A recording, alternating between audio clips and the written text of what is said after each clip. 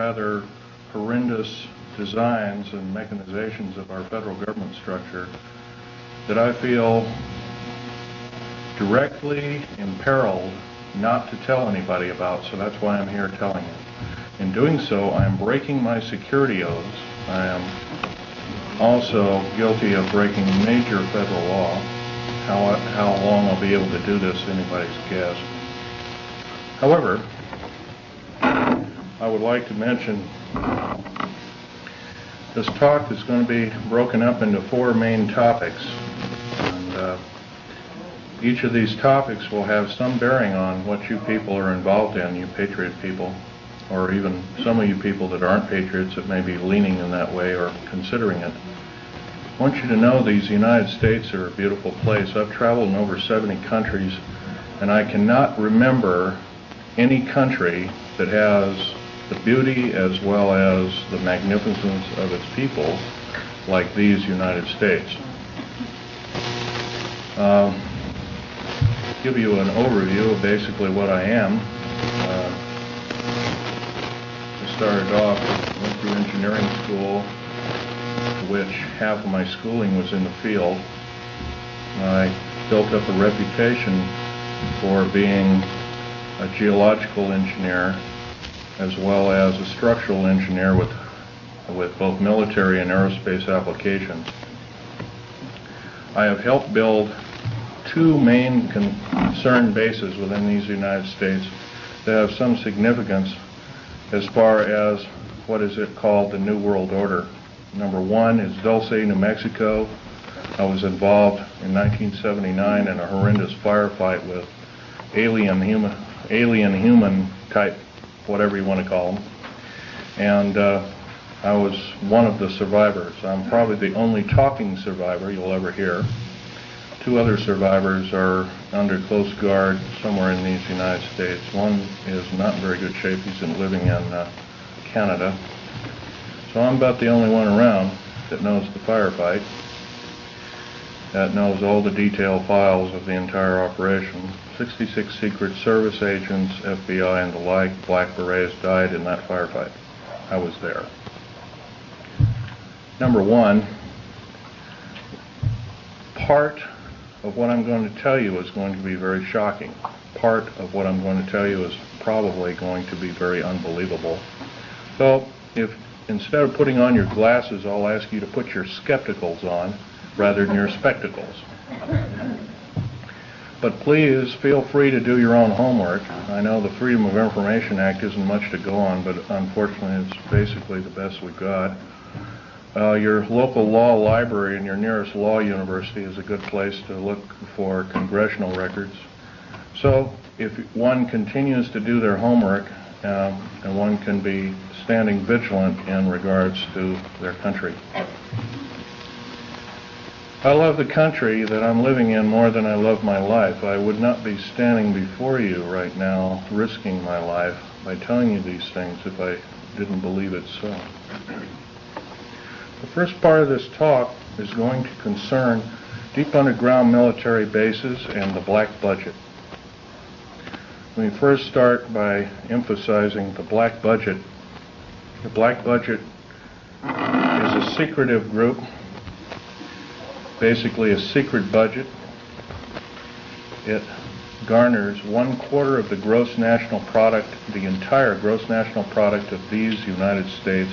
At present, the gross national product is around $5 trillion, so 1/4 of that's about $1.25 trillion per year. At least 1.023 trillion, and I say at least, is used in black budget programs like deep underground military bases. Presently, there are 129 deep underground military bases in these United States. Is this our? No, this one doesn't work.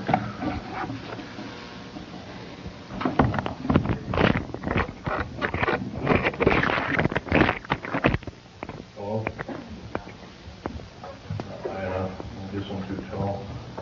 Anyway, of these 129 bases, they've been building them day and night unceasingly since the early 40s. Some of them were built built even earlier than that. These bases comprise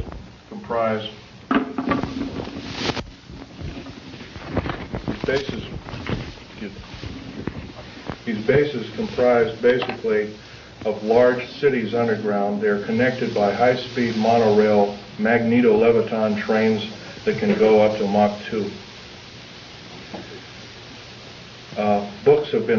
Several books recently have been written about this activity, all of which is verifiable through bibliography. I think Al Bielek will, unfortunately, Al Bielek has my only copy is Al Bielek here, by the way? Al Bielek? Yes, please do. Richard Sauder's book, he's a PhD architect, and he alone also is risking his life by talking about this. He worked with a number of government agencies on deep underground military bases. Okay, there are 129 of these in these United States. In and around where you live, in Idaho, there are 11 of them. It's a very large number. The average depth of each base is roughly a mile deep. They are basic whole cities hollowed out underground.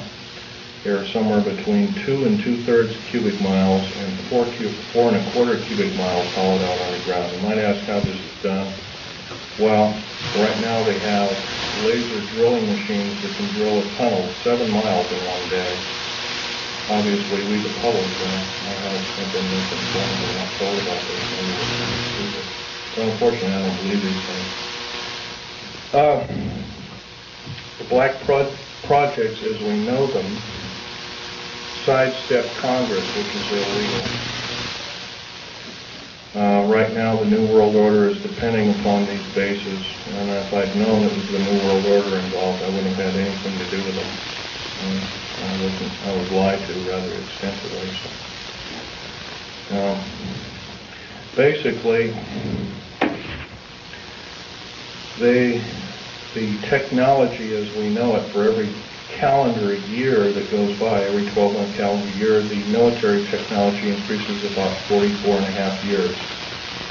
This is why it's easy to understand that back in 1943 they were able to create through vacuum tube technology, a ship that literally disappeared from one place and reappeared 400 miles later in another place. My father, Otto Oscar Schneider, there's an interesting story about him. He fought on both sides of the war. He was originally a U-boat captain. He was captured. He was captured by the French. He was turned over to the United States Army. He was turned over to the United States Navy. He was repatriated here to Cocoa Beach, Florida, and Fort Lauderdale, and taken up to Philadelphia Navy Yard thereafter. And he was a master machinist as well as an MD doctor. He later became an MD doctor and never did anything with it. But basically, he was involved with different kinds of concerns, such as A-bomb and H-bomb and Philadelphia experiment and these other kinds of projects. His groundwork, he invented a camera, a high-speed camera that took pictures of the first atomic tests in Bikini Island on 12th of July 1946, to which I have original photographs of, which show unidentified flying objects fleeing the bomb site at a high rate of speed. Bikini Island at the time was infested with things in various depths of its waters. The natives always saw them. The natives had problems with their cattle, basically pigs is what they raised, and other things. Although this story has never come out, this is basically what happened. So at that time, through General MacArthur and others, they felt that, in fact, General MacArthur was coined in saying the term, the very next war we have will be the war of, not with people from planet Earth, but from aliens or people from other planets. this man was, if we hadn't had him during World War II, we wouldn't be here today. Anyway, my father had laid the groundwork with theoreticians about the Philadelphia experiment and other experiments.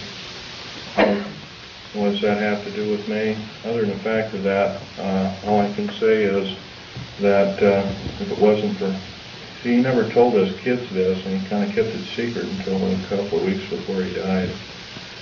I kind of regretfully say that.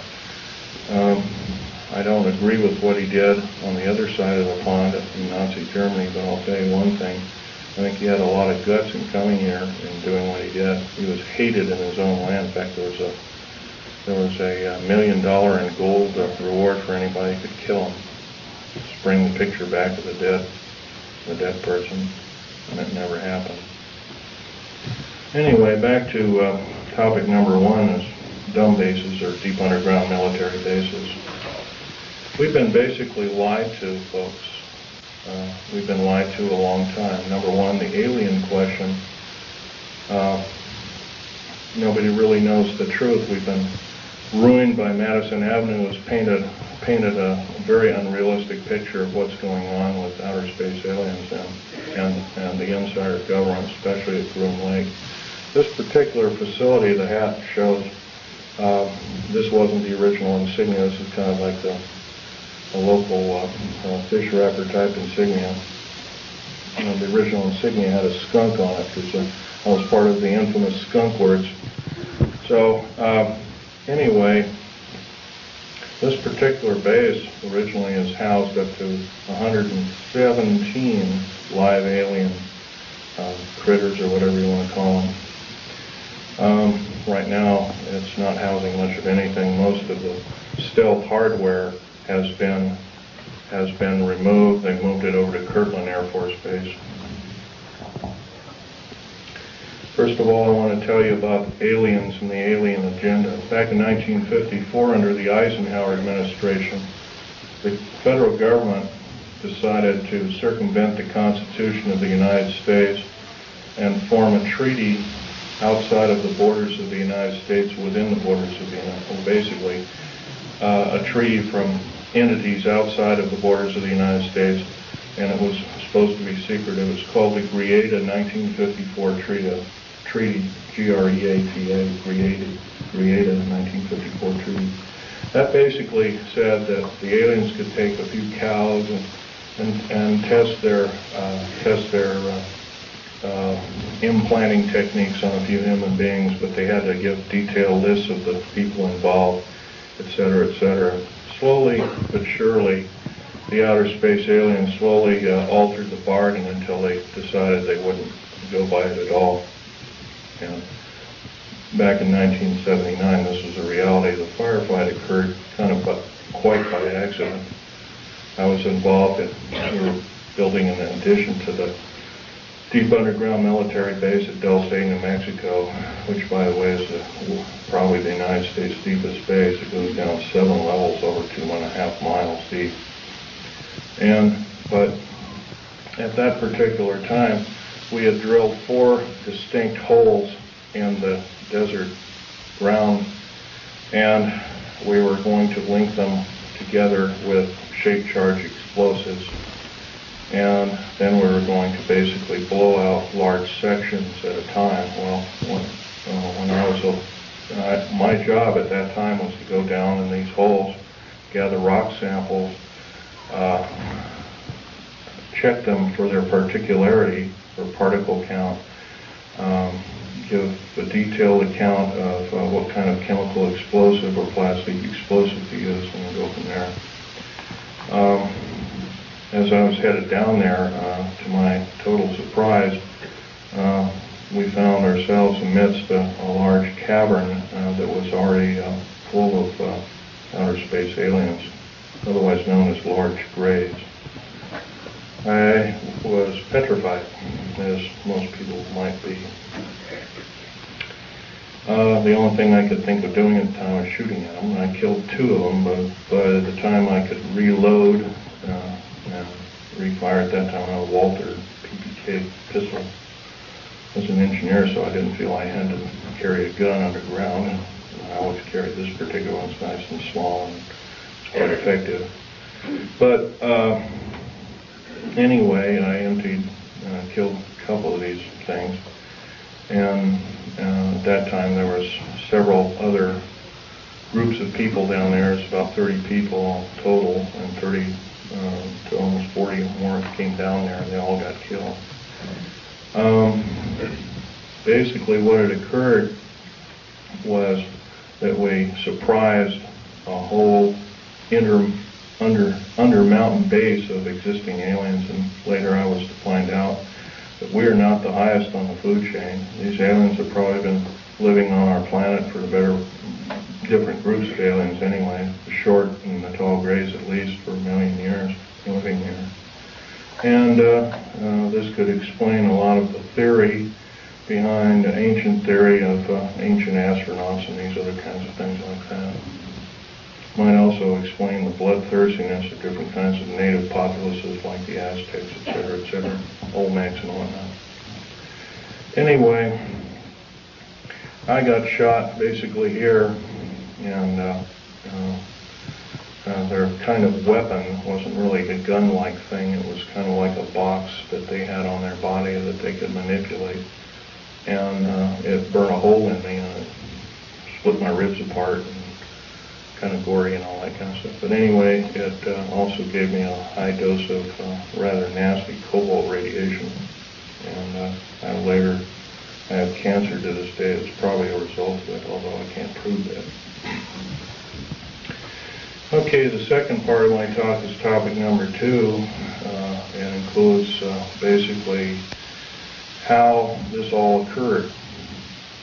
How could we have possibly gotten involved? Well, we finished working with, we basically were beaten down by World War II, and I guess we were figured to be rather vulnerable as a populace in the world, which we were at the time. And I'm sure this is probably why we, at our weakest point, later found out to be vulnerable indeed, and so we were basically attacked. And of course, I think some of us, how many people here are familiar with the crash at Aztec, New Mexico? Raise your hand. Okay, in 1947, sometime in July of 1947, there was a large crash of a flying saucer. I believe it had 7 or 8 alien critters, or whatever you want to call them, aliens in them. 1 survived, and I believe 6 or 7 were, I don't know the whole story about the whole thing. And one of the artifacts I have here on the table was when I was a young child. I was about 14 at the time. I had a friend of my father was Sir Johnny Rawlins. He had a British Naval Intelligence, and he gave me. I asked him if I could have a piece of metal of this crashed disc, and my father protested violently. But anyway, Johnny Rawlins said, "Sure, I can give you a little piece," and he gave me a little piece. I've had them in my collection ever since. That was kind of like a small start of a collection. But other than that, UFOs really wasn't my bag until I started work at Area 51, which is in the Nellis Air Force Base north of Las Vegas, Nevada. Going back in 1979 in a firefight, it took me about 2.5 years to recuperate, enough that I could go back to work. But I did. I survived, and I went back to work. Through Morrison Knudsen at EG&G and Bechtel and Page and other construction outfits at the time. Anyway, at Area 51, they were testing all kinds of very peculiar spacecraft. I think you're also, how many people here, for instance, are familiar with Bob Lazar's story? Good. That's a good group indeed. I'd suggest more of you buy his, or obtain his tape or borrow his tape and read some of the publications. He was a physicist who worked at Los Alamos National Laboratory.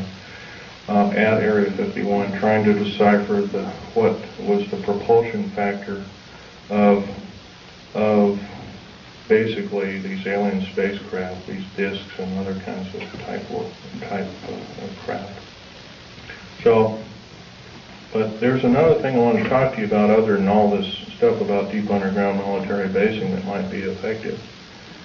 We're all basically here as kind of like a captive audience, except that we're all worried about the strange activity of our federal government. I'm very worried about it. They've stonewalled senators. They've lied to the public. They refuse to tell the truth in regards to the alien matters. I can go on and on. That the list is it would take longer than there are days here, let alone minutes. So I can tell you that, for in all respects, I'm rather disgruntled that since I used to be a rather high-ranking worker in our federal government structure, I'm very disappointed in the activities of our federal government, very worried. For instance, to run by several topics to you. Recently I happen to know somebody that lives in and around, I live just south of Portland, Oregon. I know somebody that works at Gunderson Steel Fabrication, and what they do is they make railroad cars. And a fellow I know, I've known for the better part of 30 years. He works there. He's kind of a lead welder and engineer. He's kind of a quiet type, and he came in excited to me. He called me up, and I met him, and I tried to calm him down quite a bit. But he told me, he says, well, they're building prisoner cars. They're going to, looks like everything you've been talking about, the federal government is starting to happen. And he was real nervous about it. And I said, slow down, Bob. So anyway, he told me what was happening. He mentioned that Gunderson has got a contract with the federal government to build 107,200 full-length rail cars, each with 143 pairs of shackles in each car. And there are 11 subcontractors in this giant project, and supposedly Gunderson got over $2 billion for the contract. Bethlehem Steel, there's different steel outfits or different fabrication outfits across the country are building them. Anyway, I says, hey, this is a nice, fantastic story, but how does it pertain? And he says, well, I got to show you one of these cars. So we did. We went to the rail yards in North Portland. I call it Graffitiville, USA, because it's wall-to-wall graffiti. And there's a new car, and he popped open the seal and slid the door back, and there they were. Boy, he wasn't wrong, and it's scary. Now, if you multiply 107,200 times 143 times 11, you'll come up with a monster figure of about 15 million. 15 million is about the number of interested people that I would consider patriots of these United States, and other interested people that don't like seeing what's going on with our federal government, that want to do some serious changing but can't do it. See, no more can we vote out our elected officials. They become kings and queens over us. And I hate to say this, folks, but our present structure of government is not democracy at all. It's technocracy. And it's a form of feudalism. It has nothing to do with the republic. To the republic for which it stands, one nation under God. These people are godless. They've legislated out prayer in public schools. First of all, the public school system is a disgrace, but here they voted out prayer. It used to be before you started class in grade school, you'd have a little prayer. That's kind of a neat thing. So now you can't do that. It's against the law. If you do that, by the way, you can get fined up to $100,000 and you can get 2.5 years in prison. Now, somewhere down the line, I don't believe this is very prudent. I believe that we deserve better. We can do better. I also believe that our federal government now is running the gamut of enslaving good, freedom-loving people of these United States. I love these United States more in my life. why I'm talking about this to many people as I can find. I'm not a very good speaker, but I can tell you, I'll keep shooting my mouth off until somebody puts a bullet in me, because I'll tell you, it's worth it to talk to a group like this or any other group about the atrocities of our federal government structure. Now, that's only one problem. There are other problems. How about the deep underground military bases I've been talking about? I'm going to show you a number of things that I've collected here as kind of statistics, and just bear with me here. I'll drop the mic here. We have stealth black jets, and here are the different code names for them. There's 29 prototypes, different prototypes presently. Cost per biennium is roughly somewhere around 1.6 trillion. I did this compilation in 1993.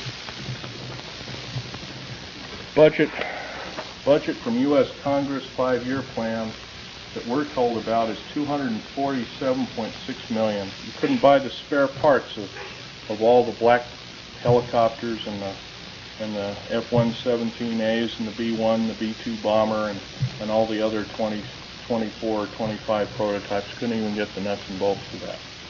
So we've been lied to, folks, and I know we can do better. Black budget garners this figure, roughly $1.25 trillion every 2 years. Trillion. I'm not talking billion, folks. Trillion. If you don't know what a trillion is, it's 1,000 billion. It's a big number. If you were to regard that in dollar bills, it would be 11 tons of dollar bills. That's how big a trillion is. Okay.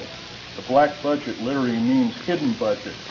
The U.S. Congress never sees the books of this clandestine pot of gold. Contractors of stealth, and I've listed quite a few here: EG&G, Westinghouse, McDonnell Douglas, Morrison Knudsen, Wackenhut Security Systems, Boeing Aerospace, Lorimar Aerospace, Aerospatiale of France, Mitsubishi of Japan, also Mitsubishi Heavy Electric Industries, Ryder Trucks, Bechtel, IG Farben, that's a chemical company, plus a host of hundreds more. Is this what we're supposed to be living up to as freedom-loving people of these United States? I don't believe so.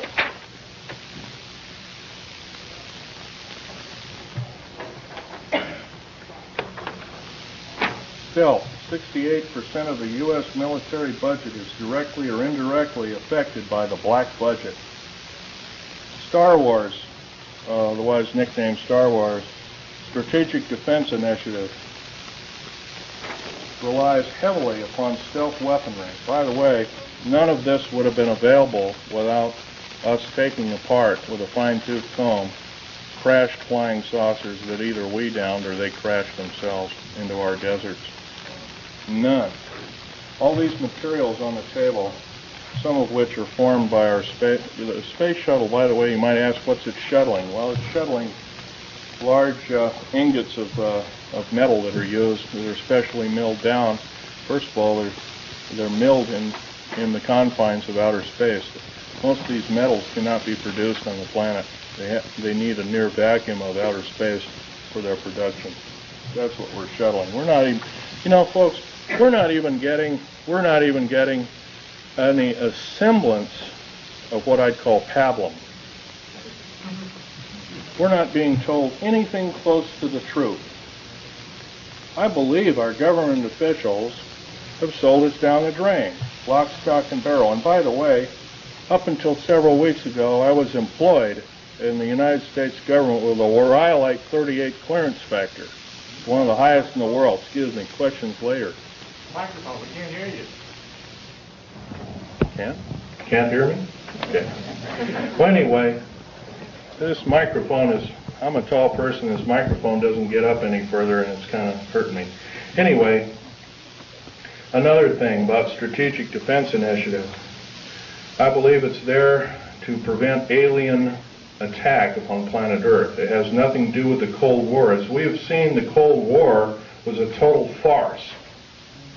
And it was only a toy, an implement toy, to garner billions and trillions of dollars from good, loving, tax-paying citizens like I am and you are, for what? I don't mind a defense initiative against attack from, if it be from a real threat. But I sure hate to be lied to about there being this kind of communism and that kind of communism. And when we all find out the whole thing has been planned lock, stock, and barrel for the last 75 years by an intergovernmental group, I guess then we kind of know which side the bread is buttered on. Anyway, here's another piece of information for you folks. The DEA, ATF, Drug Enforcement Agency, Alcohol, Tobacco, and Firearms, these agencies rely upon stealth tactical weaponry for as much as 40% of its operations and budget. Remember, this is in 1993. The figures have gone up considerably since. The United Nations used American stealth aircraft for over 28% of its collective worldwide operations from 1990 to 1992, and that's taken for the Center for Strategic Studies and United Nations Report 392.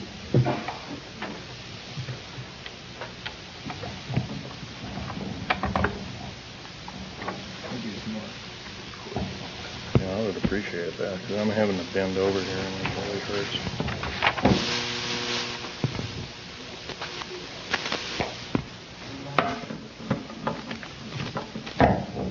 Oh, thank you very much. The Guardians of Stealth. There are over 3 distinct classifications of special police used to guard one of our most well-kept secrets. Number 1, this is the most disturbing of all. The MJTF, and that, by the way, that stands for Military Joint Tactical Force, otherwise known as the Black Berets. Some people call them the Delta Force, and there are other names for it. It's a multinational tactical force primarily used to guard the various stealth aircraft worldwide. And by the way, see the picture over here on the table? You might come over there and look at it. After the talk, you might do that, or during the break. You'll find out a nice picture of it there. There was 172 of them built. 10 of them crashed or were crippled. Something went wrong with them. So it was roughly 162 or 3. I can't remember at last count. We gave them away. The federal government gave them away. Bill Clinton signed them away about 6 weeks ago to the United Nations. Is this what we are paying our hard-earned tax money to do, folks? No, I don't believe so, and I know we can do better. And I actually believe, I'm not advocating the overthrow of any government. I don't believe in such for the main reason. Number 1, it always kills the wrong folks. But I believe if I have the chance to tell people about these atrocities, I think that there will be some serious letter writing, if not letter writing, some serious conscientious voting done in the very near future on various elected government officials, if not the whole category of elected government officials. Case in point I might want to mention is our local, please ask the questions later if you don't mind. Our local government officials have also kind of labeled us a bunch of rubes and morons, and I think we can expect a lot better than that. Starting off with the World Trade Center bombing. I was hired not too long ago to do a report. First of all, I know about the 90-some-odd varieties of chemical explosives. First of all, I looked at the pictures that were actually taken right after the blast, and the concrete was puddled and melted. The steel and the rebar inside the cement was literally extruded up to 6 feet longer in its length. And there's only one weapon that can do that, and that's a nuclear weapon.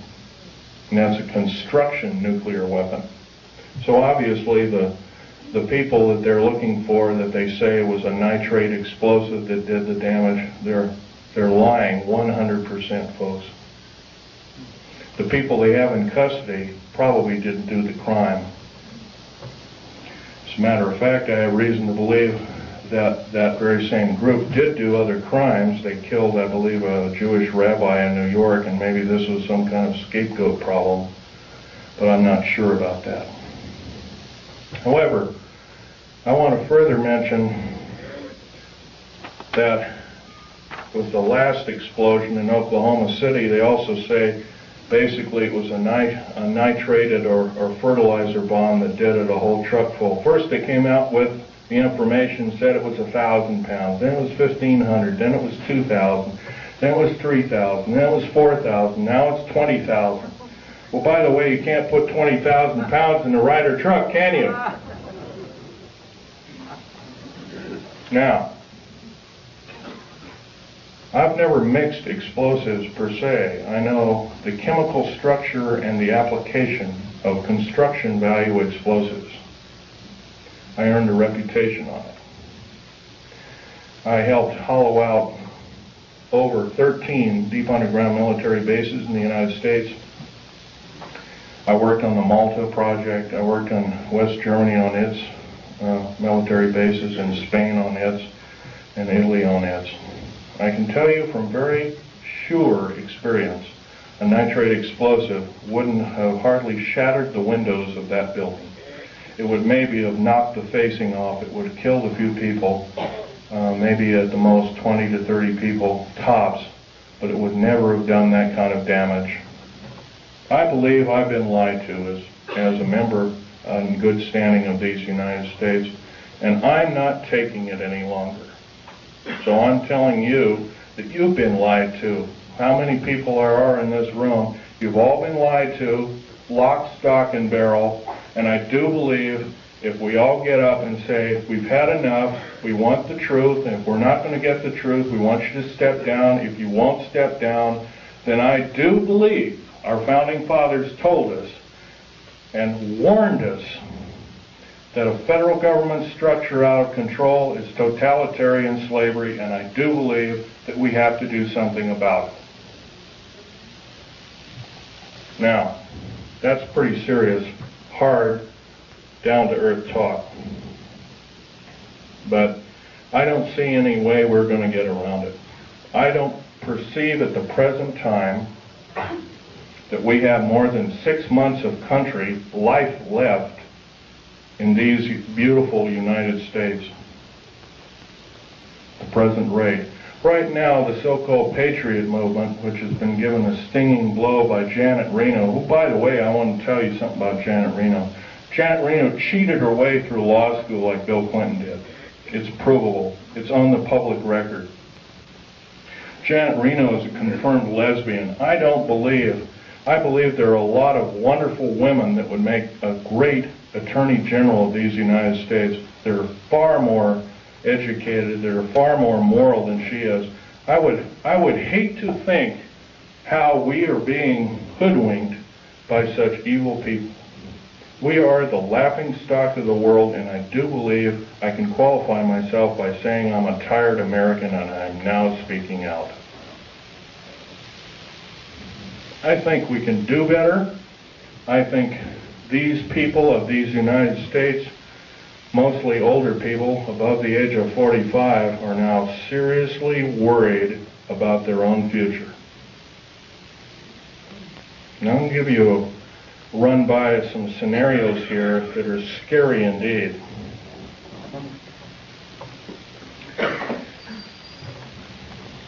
The United Nations is a world dictatorship body, period, plain and simple.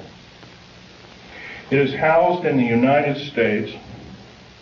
By the way, some years ago there was an interesting thing that happened. The United Nations sent the Uncle Sam, in quote Uncle Sam, a bill for $8 billion. So the Uncle Sam, the federal government, sent the United Nations a bill for $200 billion. They haven't paid one nickel of rent on prime real estate in New York City. They have special trains that shuttle all these diplomats around. One of my best friend's wives and her 2 little boys was killed by a drunken diplomat from Kuwait, who, by the way, our law, by the way, has no effect. I'll tell you another thing. Military law on military reservations has no effect. Public law on military reservations has no effect. Once again, our wonderful, beautiful, thin sheet of paper called the United States Constitution and another nice thin sheet of paper called our Bill of Rights has been trampled on beyond repair. We have to stand up and say, this is enough, and you as elected officials are going to obey the Constitution of these United States. Number one, by first limiting the amount of your service to our federal government. Like one term. One ping only, as the Navy would say, one ping only. By the way, one term is plenty. Because if you're an evil person, one term you can do a lot of harm. If you're a good person, you can do a lot of good. Two ways of looking at it. Our elected government officials have sidestepped the whole thing and says, well, with so-called contract of America. Let me run this scenario by you, folks. Contract of America is the exact terminology that Adolf Hitler used to subvert his people in 1931. I believe we're not of that same caliber. I believe we can do better. Another thing, the contract with America is a last-ditch effort by our federal government structure to tear away the Constitution of these United States and the Declaration and the Bill of Rights. A Declaration and a Bill of Rights, rather.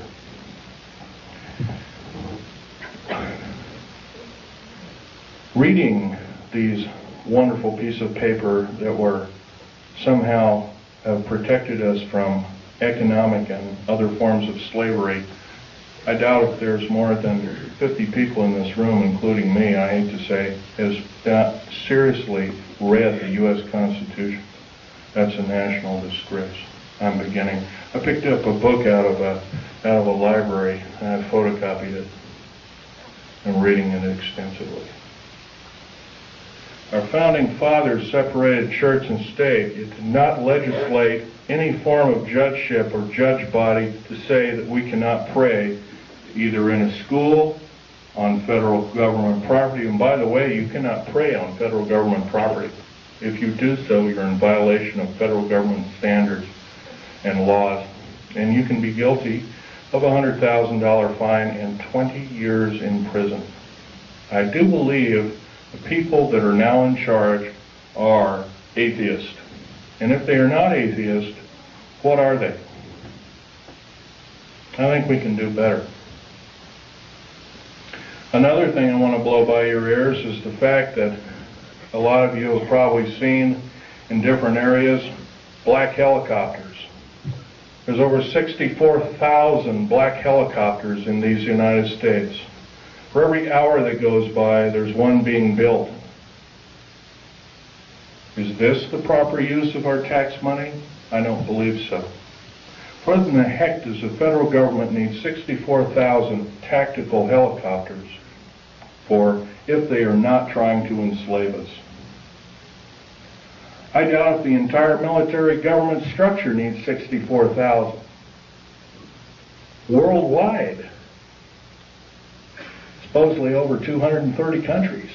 I doubt if all the world needs that many helicopters. Stealth aircraft, for instance. The F-117A, there's 157 of the son of a guns going around. You know their sole purpose is? They're all loaded with LIDAR, L-I-D-A-R, and SEER, computer-enhanced imaging radar. They can fly over your house. They can see you walking from room to room. They can tell if you've got an old antique rifle on your mantelpiece. They can see objects in the house with a variation limit and capability of 1 inch to 30,000 miles. That's how accurate this is. Is this the proper use of our tax money? I would say not.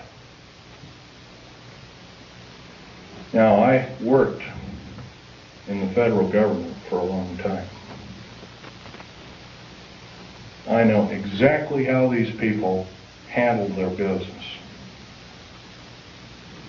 Every time I did a job, worked in a federal government installation, I was given a battery of 17 psychological and 8 other forms of tests. First of all, we're supposed to be the militia, but somehow up jumps the Brady bill and other evil bills like it. I don't agree crazy people should be shooting firearms, but on the other hand, I do believe in vigilance. And vigilance is guided by a good spirit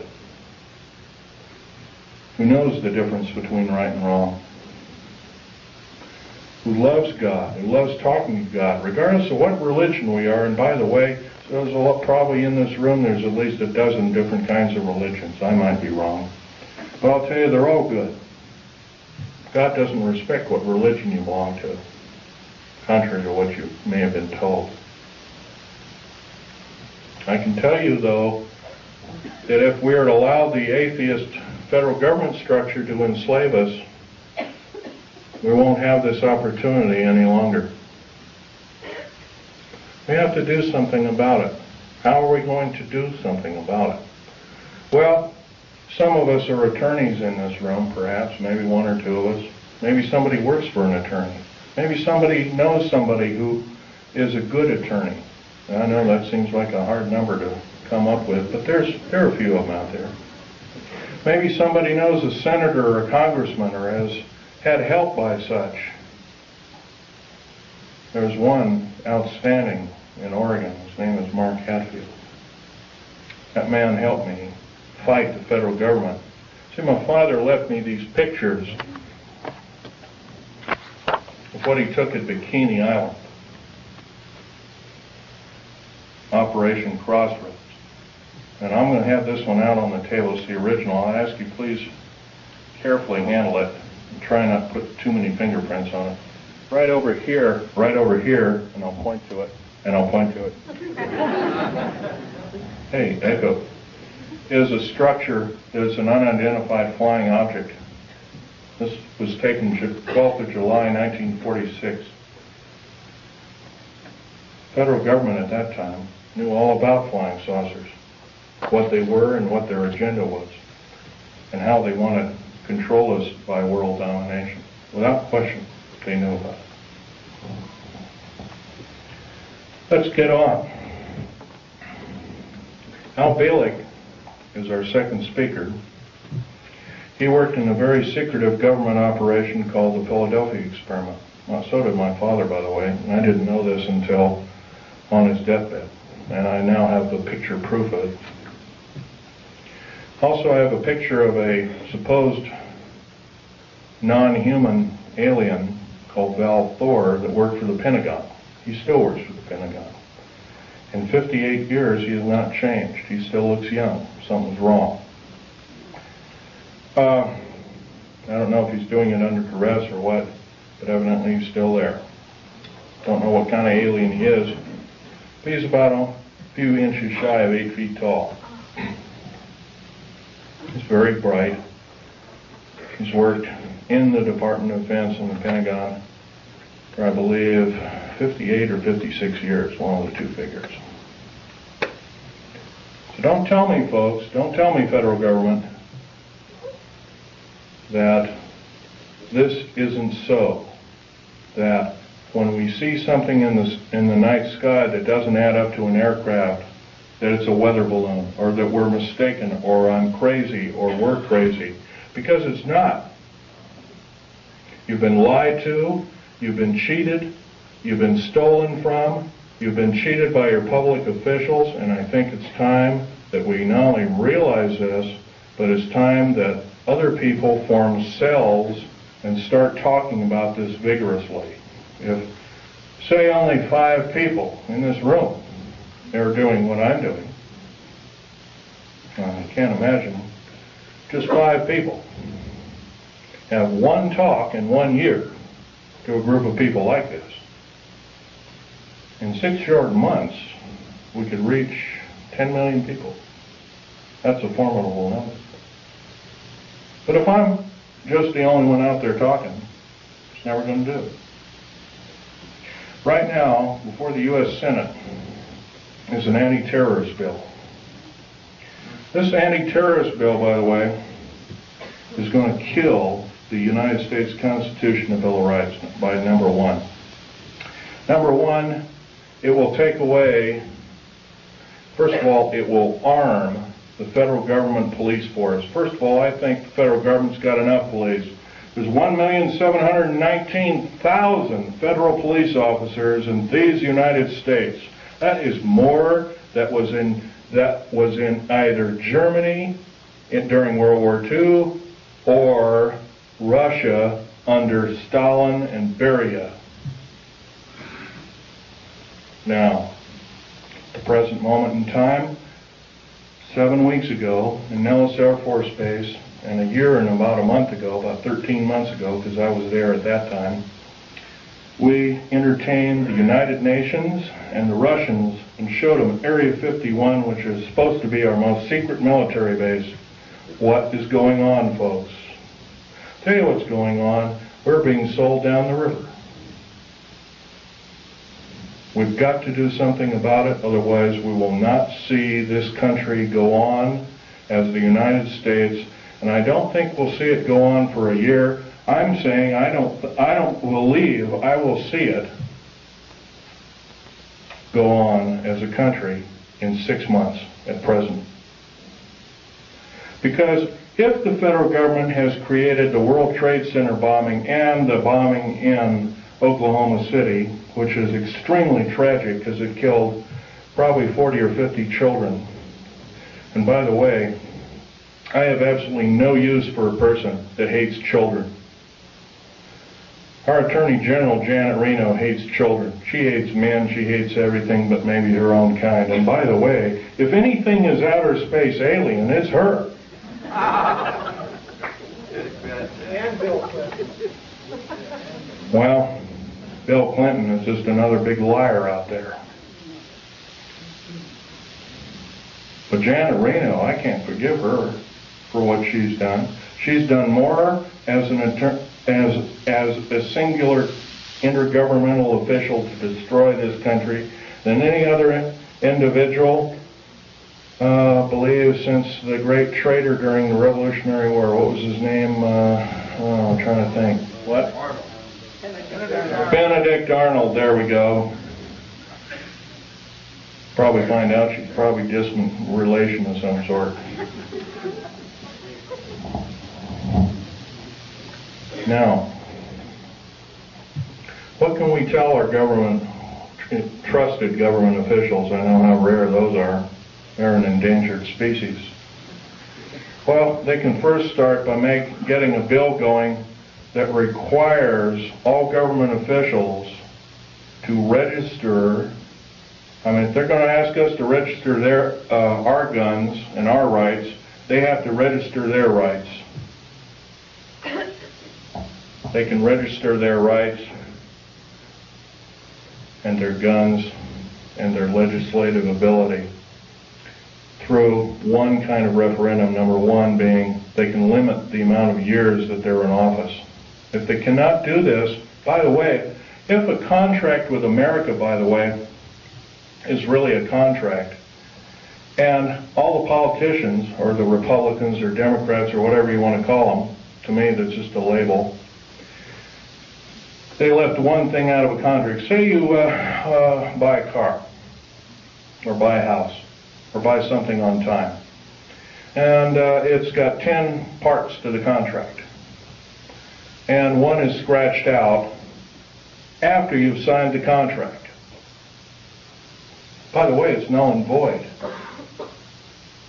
You don't owe anything. You may even be able to keep the property.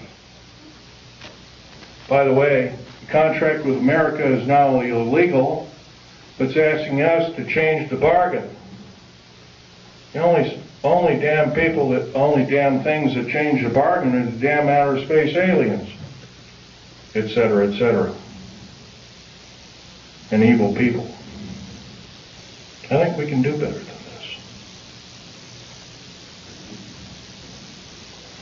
Now, another thing we can do is require all politicians basically to accept no PAC money of any kind and accept no money from a salary, and that all government officials be basically put on kind of like a selective service.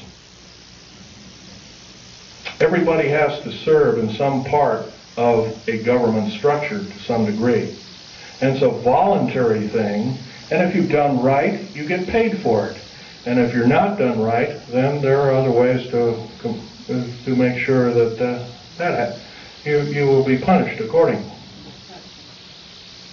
If we did these kind of things, if we were prudent, if we thought everything out, because I'll tell you, the only thing that doesn't need changing in any way, shape, or form are the two pieces of paper, one the Bill of Rights and one the United States Constitution. Those two thin sheets of paper have kept us from totalitarian slavery, or worse, for over 200 years. And now they're being seriously threatened by a minority few people who want to reign over us, who want to kill us off, who want to cause us great bodily harm.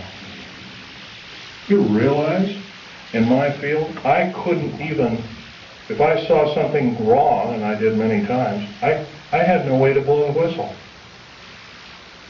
That's not what our founding fathers taught us.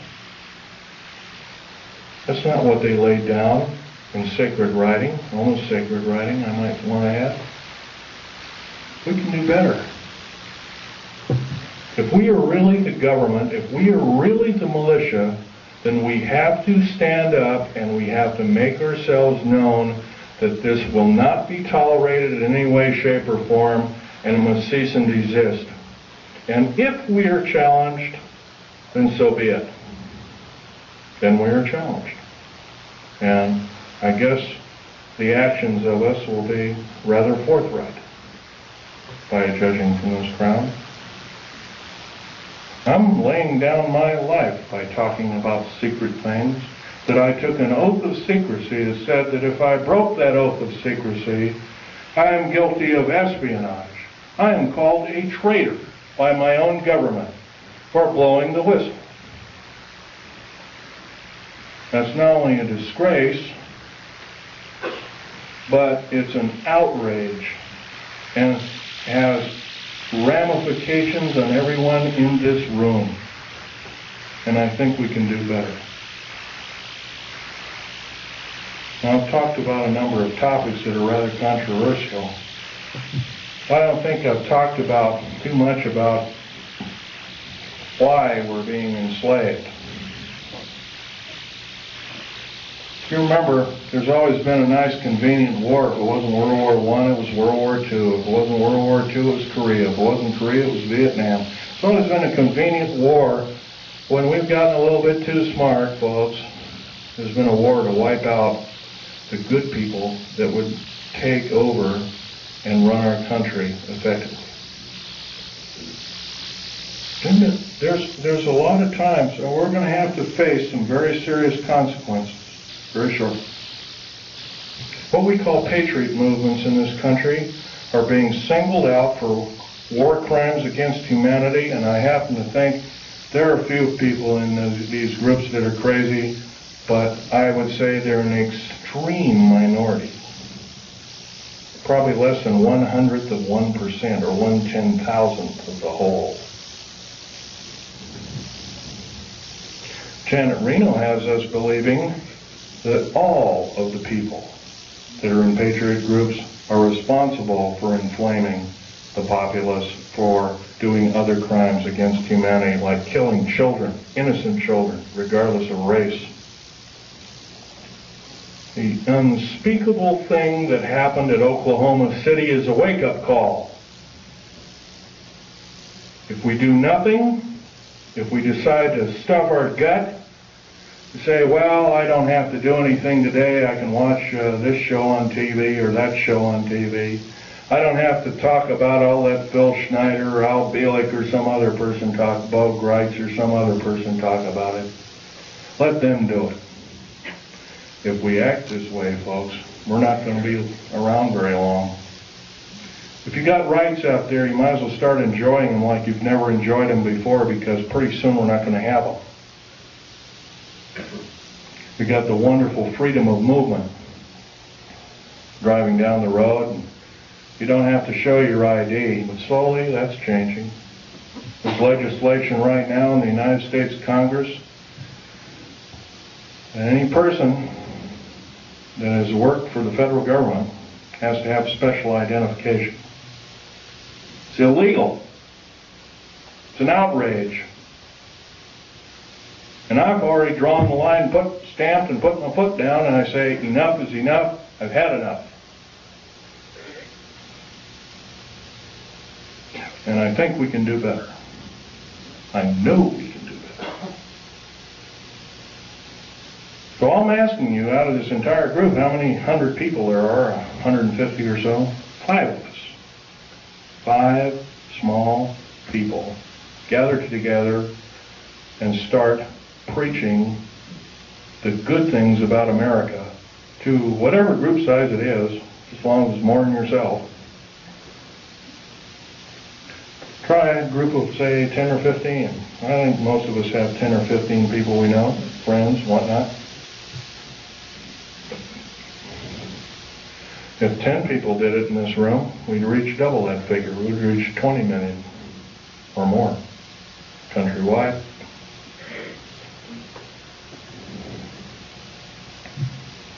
What do we have to do? We have to stockpile weapons and all these other kinds of things. Trouble is with revolutions, they always end up killing the wrong people. Unfortunately, it's starting to look like that might have to be the only scenario to get these parasites off our back. And I'm telling you, folks, they are parasites of the first water. They're only out for their own self-gain. And by they, I'm talking about your government officials. Not all of them. There are some that are good. There are some that are honest. There are some that are forthright, that love God, that love the Constitution, the Bill of Rights, and other wonderful works by our founding fathers. But they're few and far between. In the House of Representatives of the United States Senate, there is not one politician that is not an attorney. There is something wrong there, folks. During Abraham Lincoln's time, I know that's a long time ago, 130 years ago, roughly,